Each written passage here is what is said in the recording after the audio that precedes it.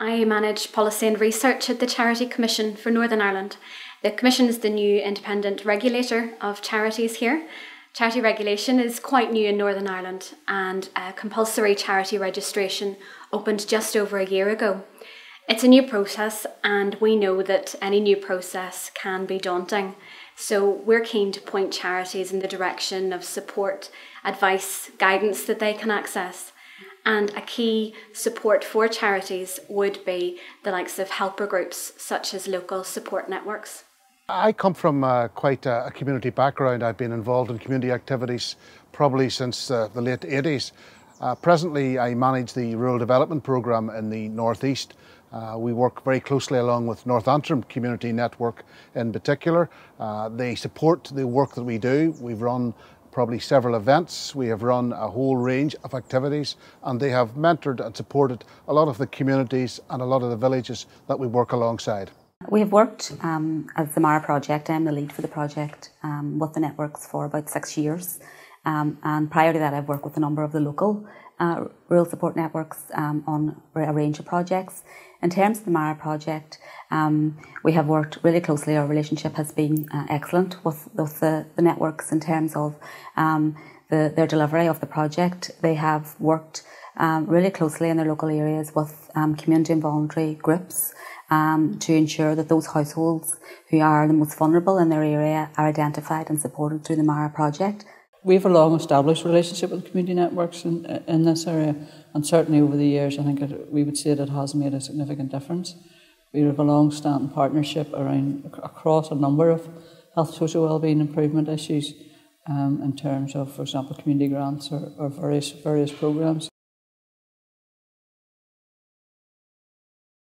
I think the difference it makes is that the networks are more local and more accessible to communities. So if you take this locality, we cover in Public Health Agency 10 local councils currently, and that's very difficult for a relatively small team of people that work with me in the team. You have to really get out on the ground to communities where the networks have that ability to do that. They have the contacts, they have a knowledge and an expertise within the community, and I think they're recognised and trusted within the community. That support, that guidance, it can range from anything from giving a local workshop themselves to sitting down one-to-one with somebody actually going through the process and explaining key parts of the form to them. They also provide things like access to computers, scanners, the facilities that organisations need to submit an application that can be difficult if you're out and about in Northern Ireland, getting access to those. Within the last year, many groups in Down District were successful in applying for over £1 million of funding from the Rural Development Programme. They were guided through the planning of their projects and the application process and the management of their projects by County Down Rural Community Network. Our relationship has been very positive, both in terms of the relationships that we have personally built up with the staff there. There's been great mutual respect and trust within the project, and they have delivered very successfully on all the targets of the project. I think it's actually added a lot of value to our programme. We've run several programmes, particularly one around village renewal, and the partnership that we developed alongside the Rural Network meant that we could A, do far more villages, B, we could actually work much more intensively with them. And I think the village renewal programme that we ran here in the North East has been as good, if not better, than any other in Northern Ireland. And I think that's down to the partnership. The network also helped to bring in other funding, they brought in other expertise. Often they are familiar faces to these groups in their local community. They're accessible, they're local, and those are things that we really recognise with the local support groups. We have visited in the course of the Mara project and its predecessor over the past 6 years about 16,000 household visits, and from that project almost 1 in 3 there's almost 3 referrals from every visit made. So there have been a substantial benefit to the rural community during the project. I think it's important to have independent community networks, for a number of reasons. Firstly, as an independent network who are separate from statutory organisations, they have the ability to draw in funding from a range of sources. And in the current climate that we work in, it's important that organisations can avail of funding from charitable trusts, big lottery, etc. I think it's very important indeed to have independent community networks. We work with a whole range of stakeholders and a whole range of organisations. Councils, InvestNI, community organisations, and a range of support organisations. What we feel is that the independence of the NACN and the other RSNs means that they're given advice not based on any vested interest. They've got a whole range of people with a range of skills in community development, in rural development and in animation that are more than useful to us, and we know if we go there they're going to give us the type of support that we're looking for and that the villages need. We know that some local small charities may be a bit daunted to approach us as the regulator, so it's important that the local rural support networks are independent of us, they're independent of statutory bodies, they're familiar and friendly to the local groups on the ground.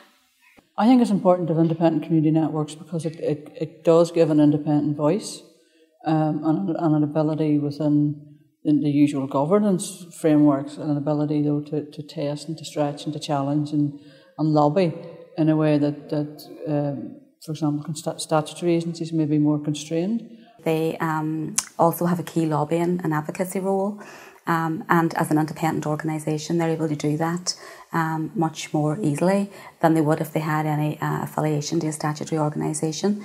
And I think it's been imperative and really important in this project that they can lobby for the clients and the people who live in rural areas who they work on behalf of.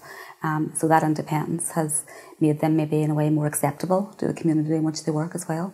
There is that flexibility, an ability to respond much more quickly, and as I said, to lobby without being constrained by whether it's political or other sort of constraints that sometimes sit with the more statutory organisations.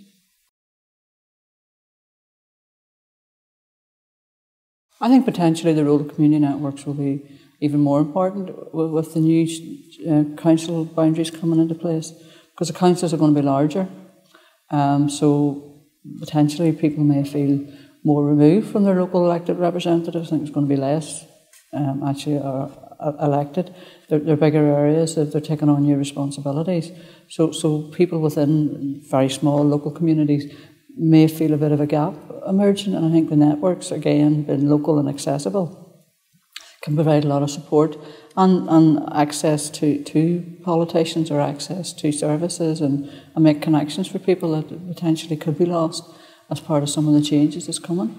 I think the role of the community networks will be key. They've already been working across council structures already, so I think they can engage quite quickly there. They've also been working probably for at least 20 years, probably more. So they bring an independence, they bring a range of skills. They can, to a certain extent, be seen as an honest broker. They don't have to be so involved in the quite natural political arena that councils are involved in. So the types of activities they can do, they can get on with the day-to-day stuff. And I think they've built up a rapport, and I think they've built up a trust with the communities that they're presently working with. And a relationship between Down District Council and the local rural network that goes back nearly 20 years. Down District has benefited to the tune of many millions of pounds of external investment that the council simply could not have won on their own. As a statutory organisation, we don't have those local links. We could not deliver this project on our own. We need the likes of the rural support networks to work in partnership and in collaboration with us to deliver the project. One of the other things was that in the middle of the programme, we were looking for projects. Our spend was going well, but we felt we needed more support, particularly in the community sector. And again, our partnership with the rural networks actually meant that we were able to get out to more villages, we were able to get more applications in, and it actually helped the spend profile. We were able to spend much more widely across the area, and I think we got better quality projects and we got a lot more projects. For us as an agency and an organisation, it's easier to work with an umbrella organisation than to work with hundreds of smaller groups. The work of the local support networks is important to us now, but also for the future as we roll out registration in years to come, but also as we roll out things like annual accounting and reporting, other new processes where we hope that the local support networks can also provide guidance and advice to local charities. So we'd like to thank them for the work that they're doing at the moment and for that going forward, and encourage any charity that does have a query or a concern about the registration process, go to these groups. They provide a great deal of support and you'll be able to get some help from them.